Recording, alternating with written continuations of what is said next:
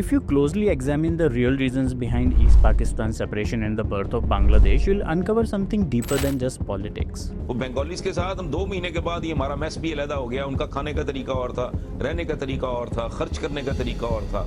You'll find a sense of racial superiority held by the fair-skinned, taller West Pakistanis towards the comparatively darker and shorter Bengalis of the East. There used to be a couple of Bengali boys, and we were quite amused at the way that they spoke. But they were short, dark-skinned, and we people have always been told that good Muslims are those who are fair and tall, can speak like we do, Urdu. Now listen to what General Niazi, the commander of Pakistani forces in East Pakistan, reportedly said before launching a campaign of brutal repression and mass rape. हैं कि general Niazi ने मशरकी पाकिस्तान तायुनाती के बाद अफसरान से कहा, मैं इस हरामजादी बंगाली कौम की नस्ल बदल दूंगा. What if I told you that this attitude of contempt didn't emerge overnight? It has deep historical roots going back centuries to how people with power in Delhi and Agra viewed Bengal.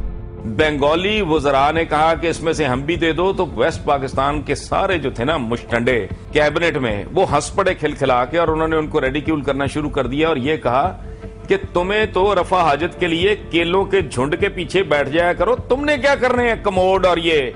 And if the creation of Bangladesh proves anything, it's this. Religious identity alone didn't shield Bengalis from discrimination. In fact, without the accommodative politics of integration that has held India together, the same historical divisions just became starker and really came to the fore in 1971 for Pakistan. From Bhaktiyar Khilji to Aurangzeb to Lord Curzon. In this video, I am going to tell you the long history of how Bengal was seen through the lens of rulers who would often find the Bengali geography, language and culture to be too different for their taste. Pune, 1663. In the dead of night, 200 men quietly approached the Mughal encampment at Lal Mahal. When stopped by guards, they claimed to be Dakkani troops of Mughal army reporting for duty. But they were not the part of Mughal army. They were Mavles, elite Maratha fighters, and leading them was none other than Shivaji. What followed was unthinkable by any standard of that time. Shivaji stormed into the private chambers of the Mughal governor Shaista Khan, chopped off a few of his fingers and vanished into the night. Aurangzeb was livid. How could someone the Mughals often referred to as a petty Jamindar's son humiliate a top Mughal officer this way? Shaista Khan was instantly demoted and sent far away from Deccan to a place Aurangzeb described mockingly as a hell well stocked with bread. Yes, a hell. That was Bengal's reputation by 1663, over a century into Mughal rule. But here's the thing, this dismissive attitude towards Bengal wasn't new. Except for a few rulers who tried to blend in, most Delhi sultans and later Mughal emperors treated Bengal like an unruly province. Rich, yes, but culturally and geographically alien and politically unreliable. And even the British, who began their empire from Bengal's shores, weren't immune to this condescension. So how did this strange, uneasy relationship begin? Why did Bengal, wealthy, fertile and so full of culture, remain the empire's most underappreciated child for centuries? Let's find out. In the year 1200, a group of Turkish men led by Bhaktiyar Khilji arrived at the bustling markets of Navadip, the capital of the Sena dynasty. Disguised as horse traders, they slipped past the guards, reached the King Palace and struck. The king had barely begun his dinner when he fled into the forest with his attendants, abandoning his throne. And just like that, Bengal fell to the Delhi Sultanate. But Bengal was never truly a prized possession for the Delhi Sultans. It was distant, waterlogged and hard to manage, a wild frontier that slipped out of their grasp again and again. In 1290, Jalaluddin Khilji, uncle of this infamous Alauddin Khilji of Padmavat, had a problem in Delhi. Petty thefts and robberies were on the rise. But the Sultan wasn't the one for harsh punishments.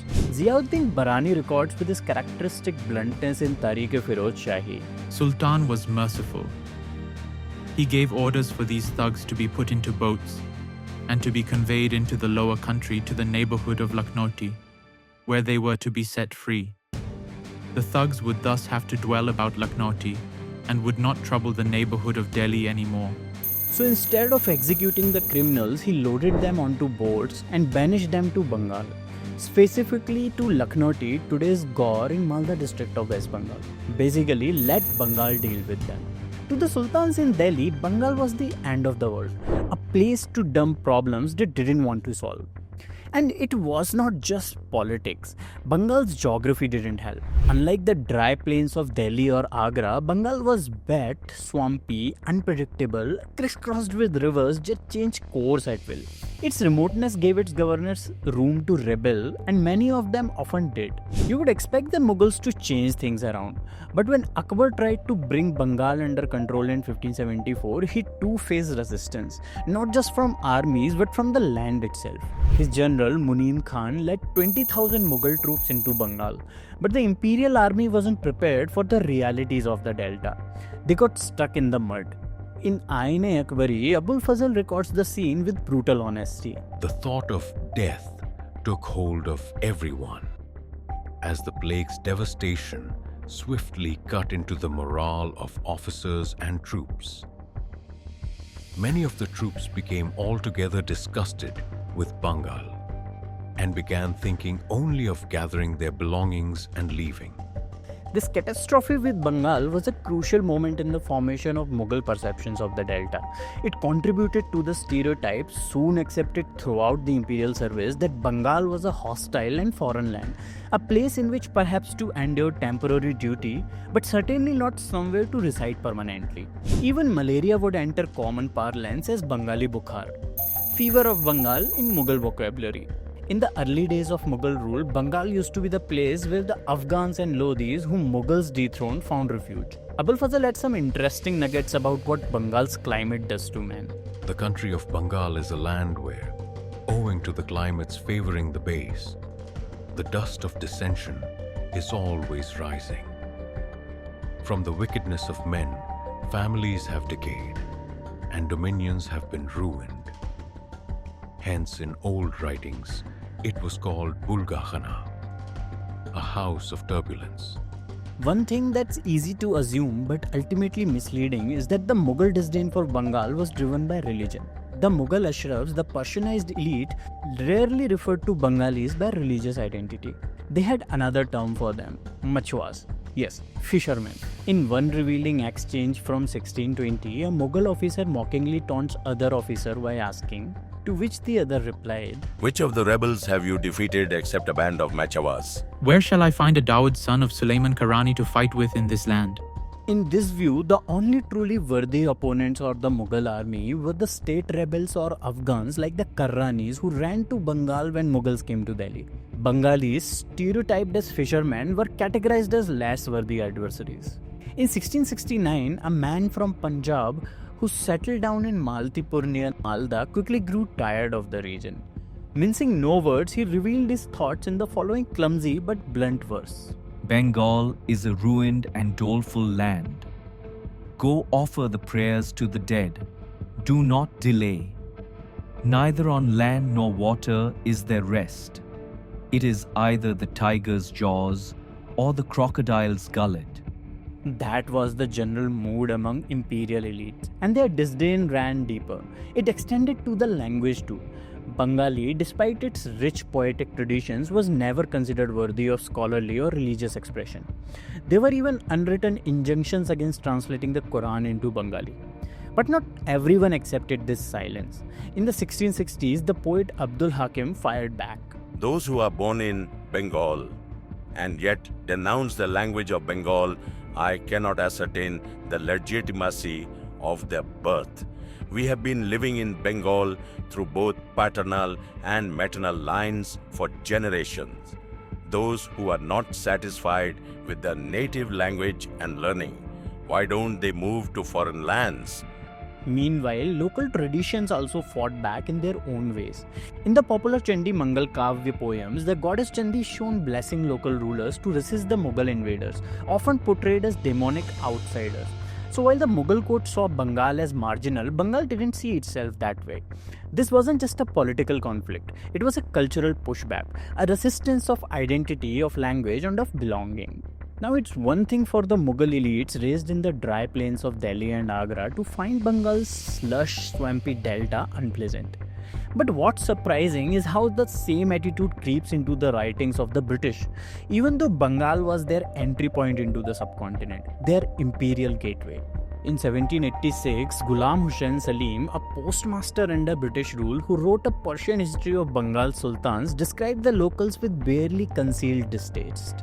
And the food of the natives of Bengal, from the high to the low, are fish, rice, mustard oil, and curd, and fruits and sweetmeats.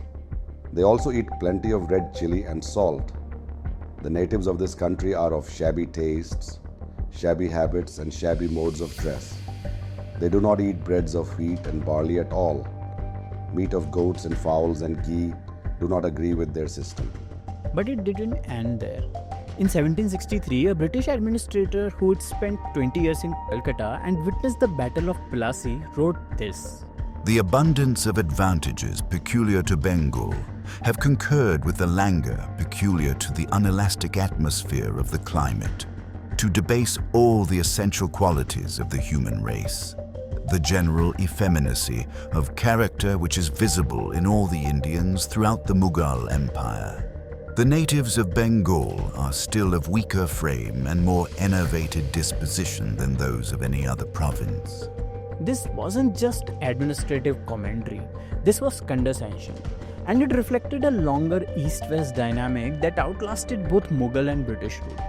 But here's the thing, despite the historical baggage, the makers of modern India chose differently. They imagined something bigger, that a country stitched from so many contradictions could hold together, that we could look past these inherited prejudices.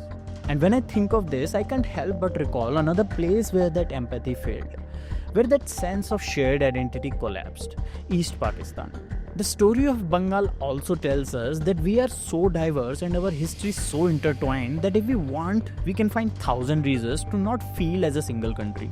Or we could choose to do better than what happened centuries ago and forge our destiny as a nation going forward. History, as they say, doesn't repeat, it rhymes. And every now and then, the old contours show through. The work, it seems, is never really done.